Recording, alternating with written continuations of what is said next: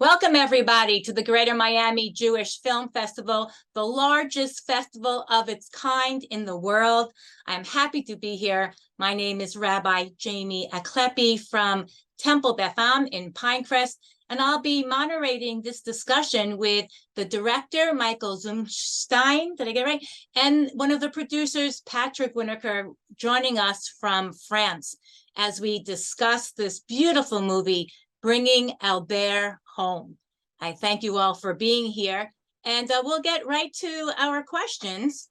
There they go. They jumped off my screen again. There they are. Okay, so I saw this movie the other day, and I told the director, I told Patrick and Michael already that I started to tear up from the beginning. So my first question for the two of you is, what is the connection to the family in this film, and why create this film? Okay. So I start to talk.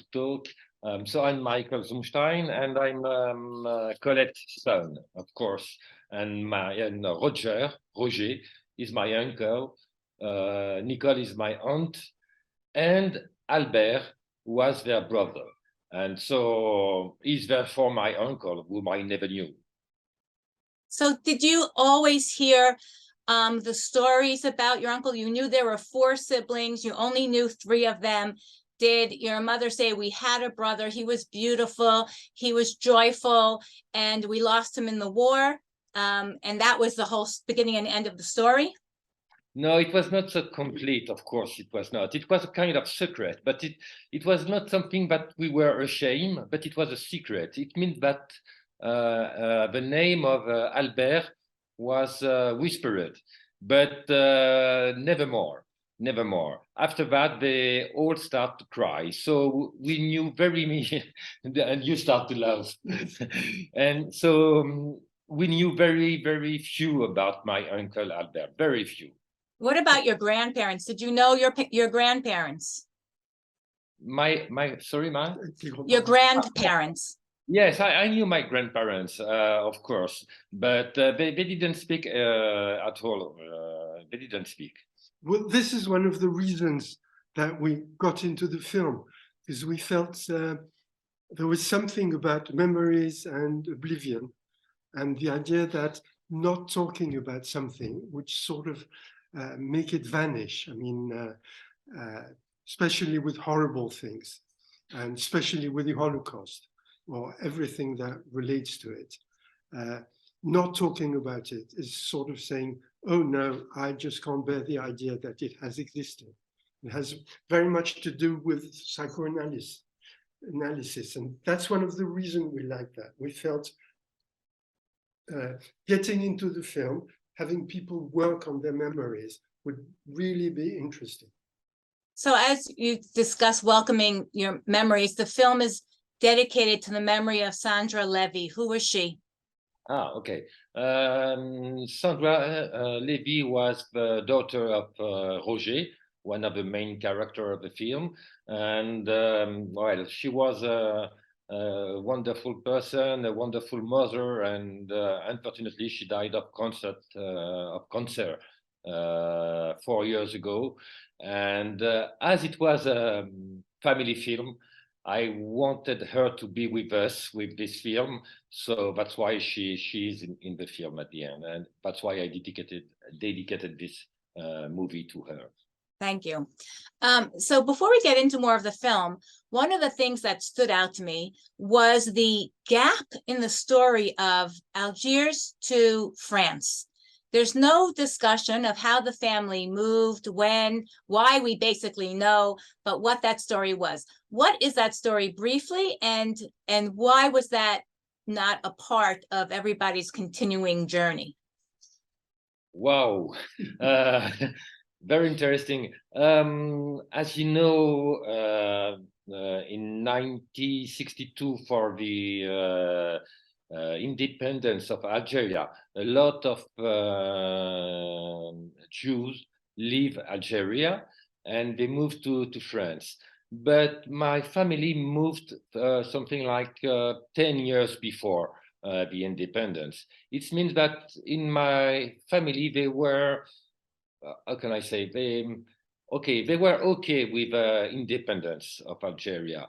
And but after Albert died in 44, the taste of the life was not the same in my family, and they have decided to go to Paris in France because they wanted to know about culture, about cinema, about literature, and the life was no more in Algeria.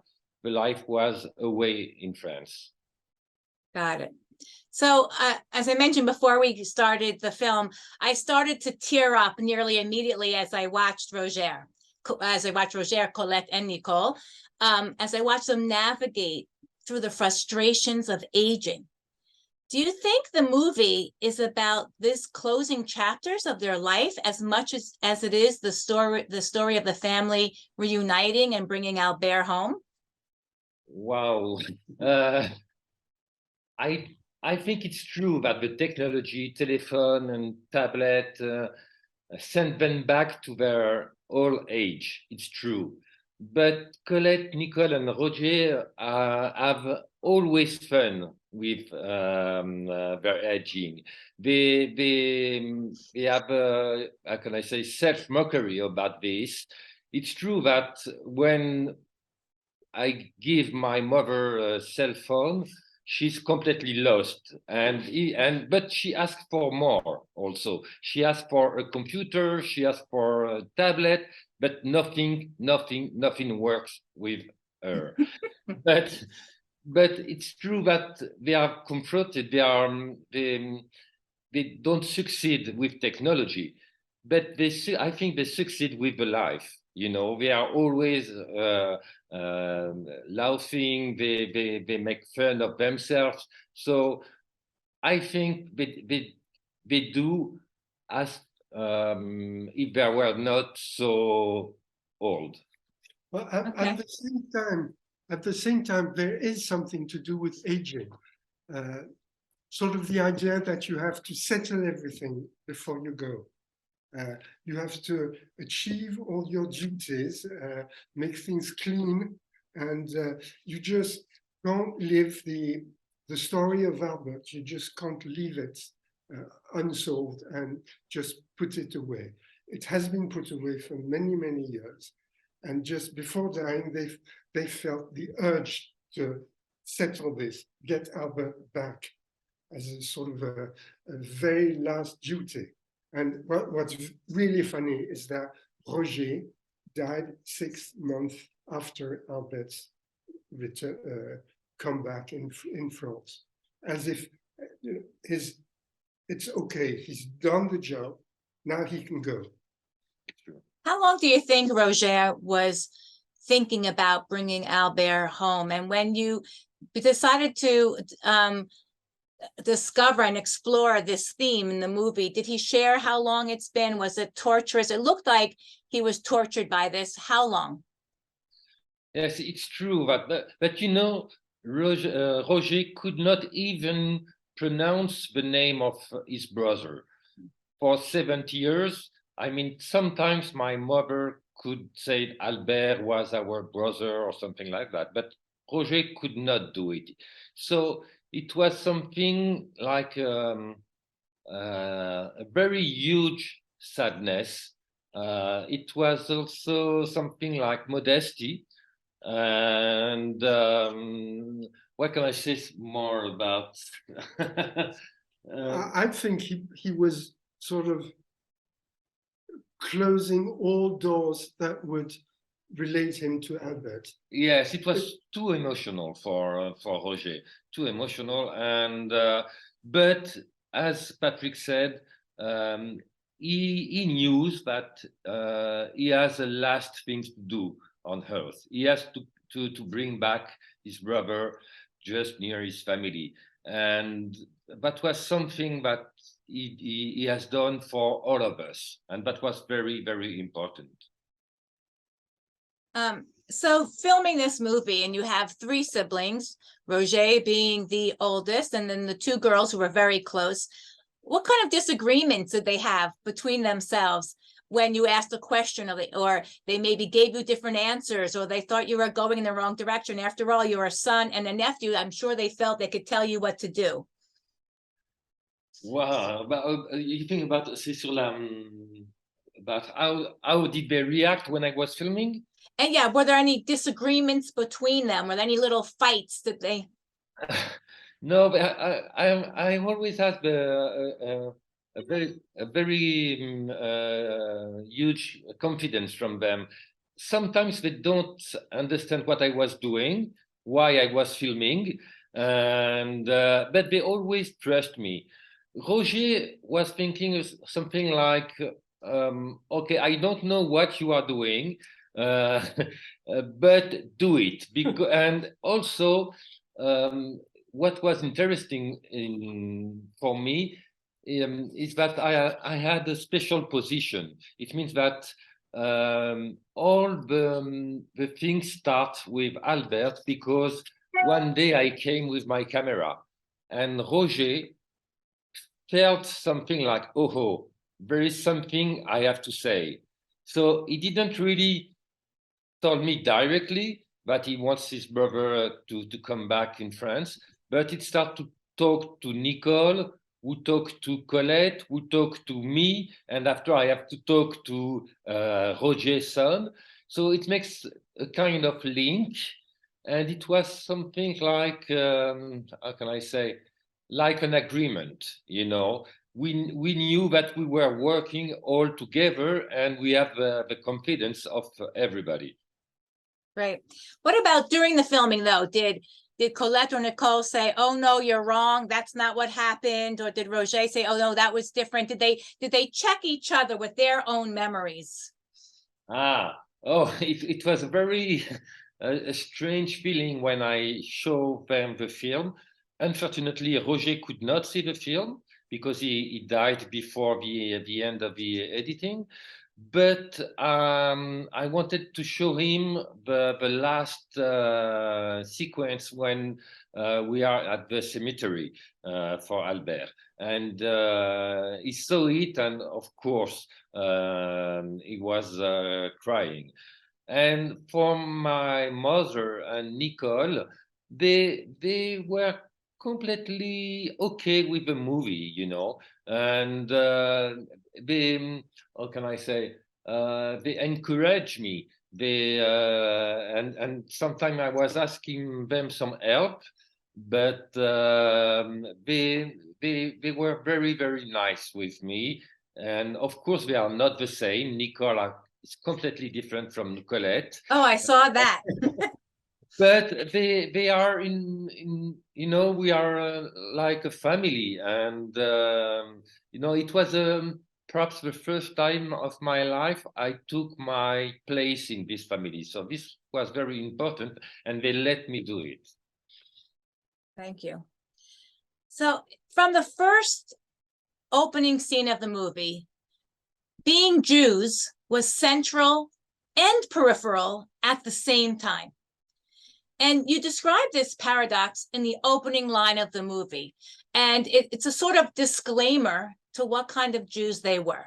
Like right away, we're Jews, but don't think that we're Jews that do anything yet. Nicole, who hated administration, who hated bureaucracy, who hated the authority, had to go online and find out what Jewish law was about exhuming a body and reburying it. Of all the things, she didn't like filling out the papers. Colette would be typing. Their dress was different. The way one had the free-flowing hair and one had the short hair, and one dressed in gray and one was in red. But in the end, she had to know about Jewish law. So their Jewish experiences as described. And then when they talked about being Jewish, and especially in Algeria, their experiences were negative, right? So Patein's laws came, the girls were thrown out of school. Albert wanted to go to medical school, but he wasn't allowed. Anything Jewish was negative. And you started by saying we're not so Jewish. Is this a Jewish movie? Oh, That's a question. What's a Jewish movie? but okay. Okay, I can say a few words, and perhaps you know what is a Jewish movie. Okay, I believe my family is a French family. You know, my grandfather fight for the French army. Albert and Roger fight for the French army, and they are crazy about the French culture, but they belong to the Jewish community of Algeria. But how can I say? It was at their time, it was something very light, a light Judaism, I could say. But after Albert died, and when they came to France, they lost the last little traditions they had in Algeria. In France, we did not practice religion, and we were not so interested about this. We were interested about movies, cinema, culture, etc., etc. But if self-mockery is part of a Jewish movie, it's true that we are doing a Jewish movie. Yeah. What can you say about Well, this? the first thing is that we were all surprised. The kind of surge of Jewish identity in the film. We did not expect it. We thought it was a family movie, a movie with old people versus administration and paperwork.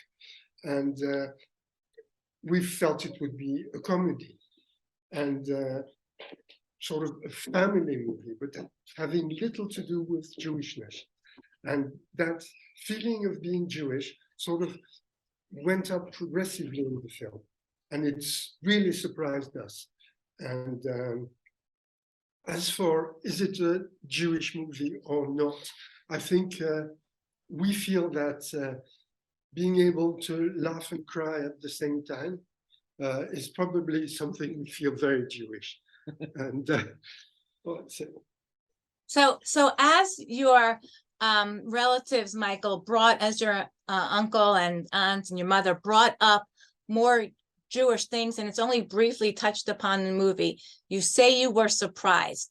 For me, the biggest surprise was checking on Jewish law for the burial. Of course, Albert was already where he heard. He was already moved twice.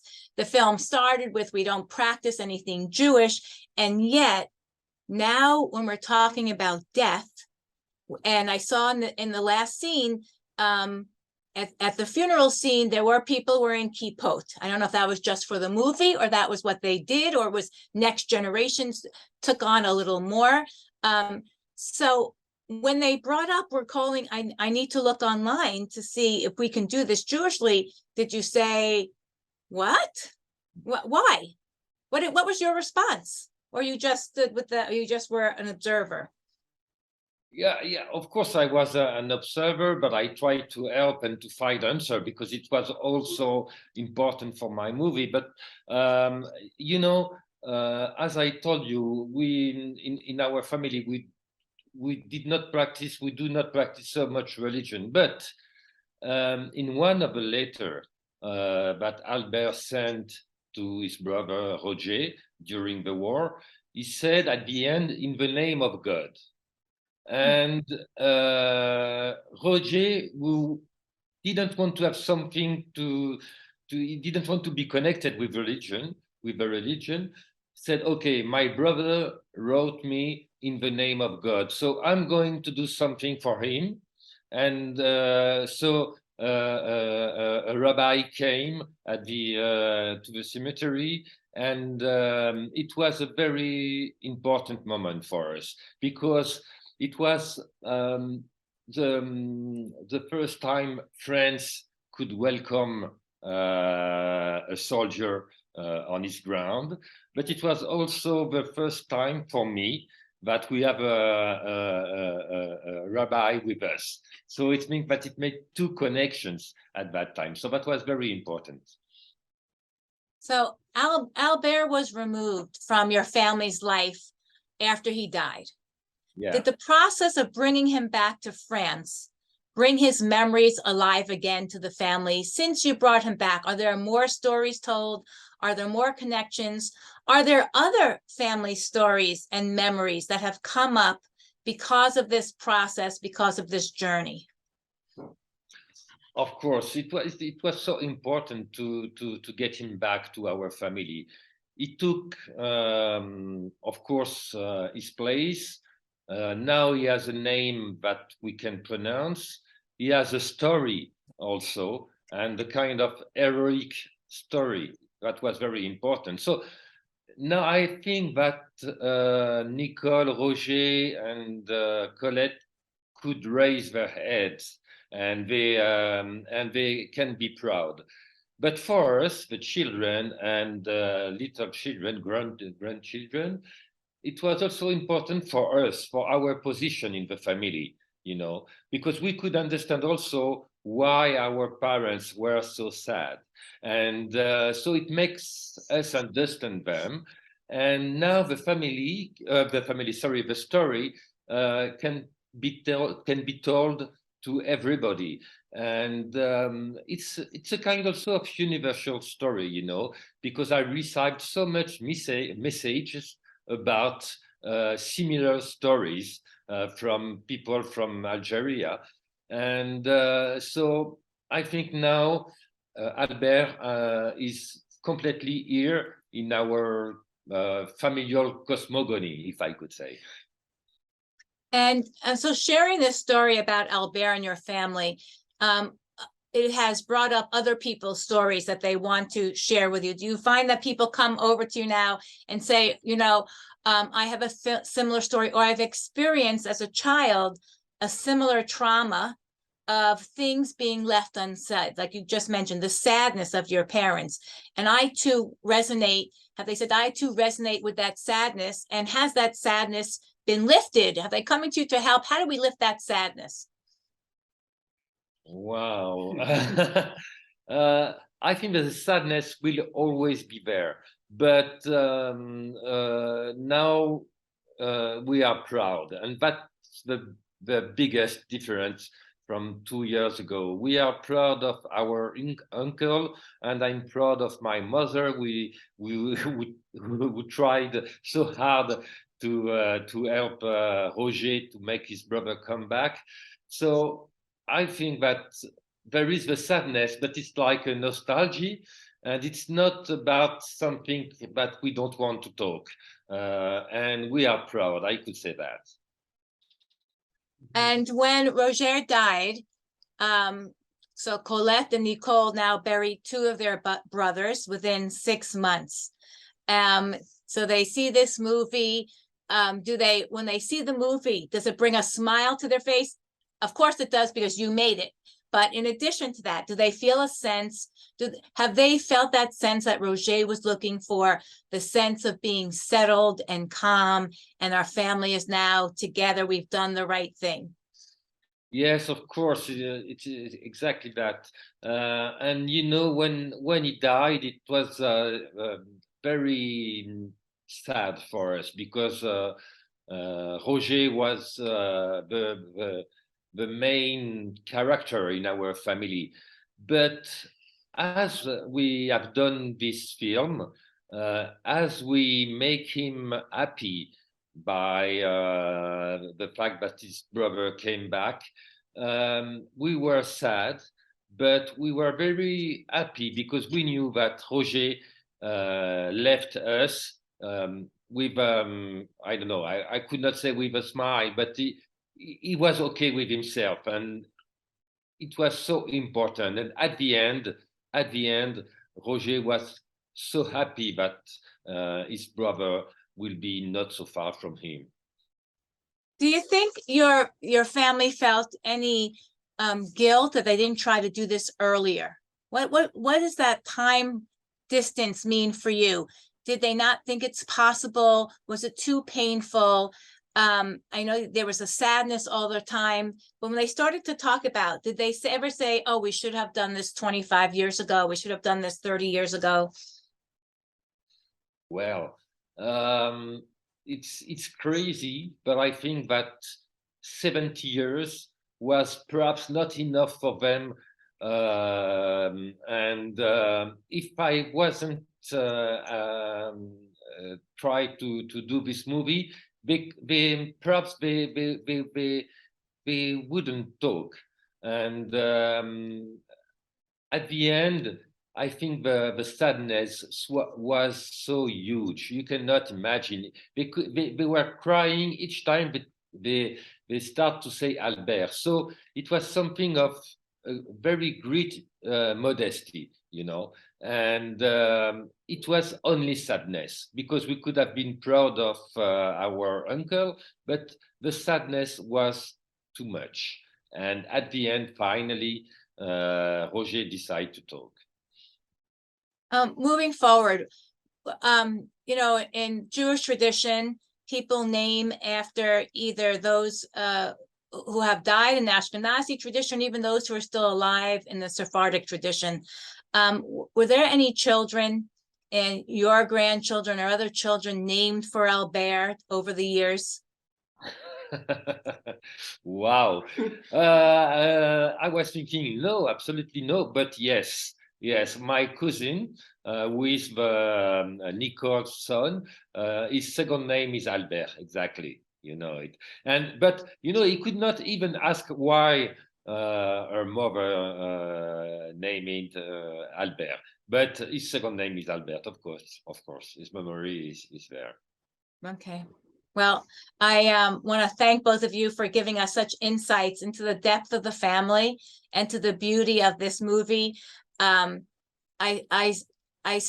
still see that there's this paradox and this almost I know you don't see it because you live in like secular France, but there's almost this pull for me about, do we want some more Jewishness to emerge? And since I'm a rabbi, I see everything from a Jewish perspective.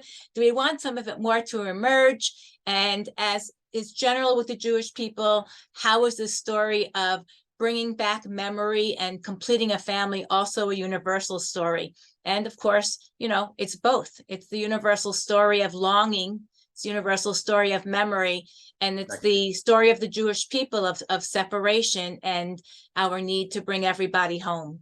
So I thank you, Michael Zumstein, a director, and Patrick Winocour, one of our producers, and Michael for sharing this beautiful story of your family and the way that we want to bring our memories forever with us. And so may Albert's memory be for a blessing, Zichrono Livracha, and Roger's memory be for a blessing, and may your families only know joy and peace this miracle of Hanukkah season of which we're recording. So I wish everybody well. Again, thank you to the Film Festival, the Greater Miami Jewish Film Festival. Thank you very much to the Center for the Advancement of Jewish Education for bringing us all here. And I wish everybody a great day. It's been a pleasure speaking with you. Okay, thank you very much. Bye.